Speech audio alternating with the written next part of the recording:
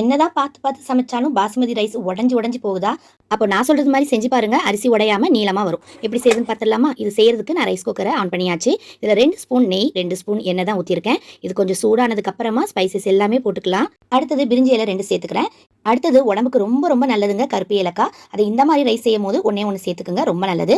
இப்போ இது எல்லாத்தையும் க்ளோஸ் பண்ணி வச்சாச்சு. கொஞ்சம் பொரிஞ்சதுக்கு அப்புறமா லைட்டா இந்த மாதிரி கலந்து விட்டுருங்க. இப்போ இது கூட 3 பச்சை மிளகாய், அப்புறமா ஒரு வெங்காயத்தை கட் பண்ணி வச்சிருக்கேன் நீலவாக்குல. அதையும் கொத்தமல்லி புதினா 2யும் போட்டாச்சு. இப்போ இதுக்கு தேவையான அளவு உப்பு சேர்த்து நல்லா மிக்ஸ் பண்ணிக்கலாம். மிக்ஸ் பண்ணிட்டு க்ளோஸ் பண்ணி வச்சிருங்க. நல்ல ஒரு வாசம் வர ஆரம்பிக்கும், வெங்காயம் வதங்கின வாசனை. அதுக்கப்புறமா அதை எடுத்து நல்லா கலந்துட்டு 2 ஸ்பூன் இஞ்சி பூண்டு பேஸ்ட் போட்டு அதையும் நல்லா மிக்ஸ் பண்ணிக்கலாம். அதையும் கொஞ்சம் நேரம் க்ளோஸ் பண்ணி வச்சோம்னா நல்ல வாசம் வர ஆரம்பிக்கும். இப்போ இதை ஓப்பன் பண்ணி நல்லா மிக்ஸ் பண்ணிட்டு 4 கப்பு பாசுமதி ரைஸை ஊற வச்சிருந்தேன். ஊற வைக்கும் போது 3 கப்பு தண்ணி ஊற்றி ஊற வச்சுக்கோங்க. தேங்காய் பால் 4 கப் அளவுக்கு ஊற்றிட்டு இதை நல்லா கலந்துட்டு க்ளோஸ் பண்ணி வச்சிடலாம். இப்போ இது குக்கிங்ல இருக்கு. இது நல்லா பாதி குக் ஆனதுக்கு அப்புறமா நம்ம ஒரு முறை அப்படியே கிளறிடணும். கிளறி விட்டதுக்கு அப்புறமா க்ளோஸ் பண்ணி வச்சிடலாம். இப்போ சூப்பராக இது ரெடி ஆயிடுச்சு. இது பாருங்க ரெடியாகி கீப் வார்ம்லேயே ஆயாச்சு. இப்படியே விட்டோம்னா நம்ம சாப்பிடும் போது எடுக்கும் போது சூடாகவே இருக்கும். இந்த பாஸ்மதி ரைஸ் எல்லாமே உடையாம நீளமாக வரணும்னா தண்ணியோட அளவு கரெக்டாக இருக்கணும். 1 கப்பு அரிசி போட்டிங்கன்னா 1.5 கப்பு தண்ணி ஊற்றிங்க, கரெக்டாக இருக்கும். சூப்பராக வெந்த அரிசி உடையாம சூப்பராக நீளமாக வரும்.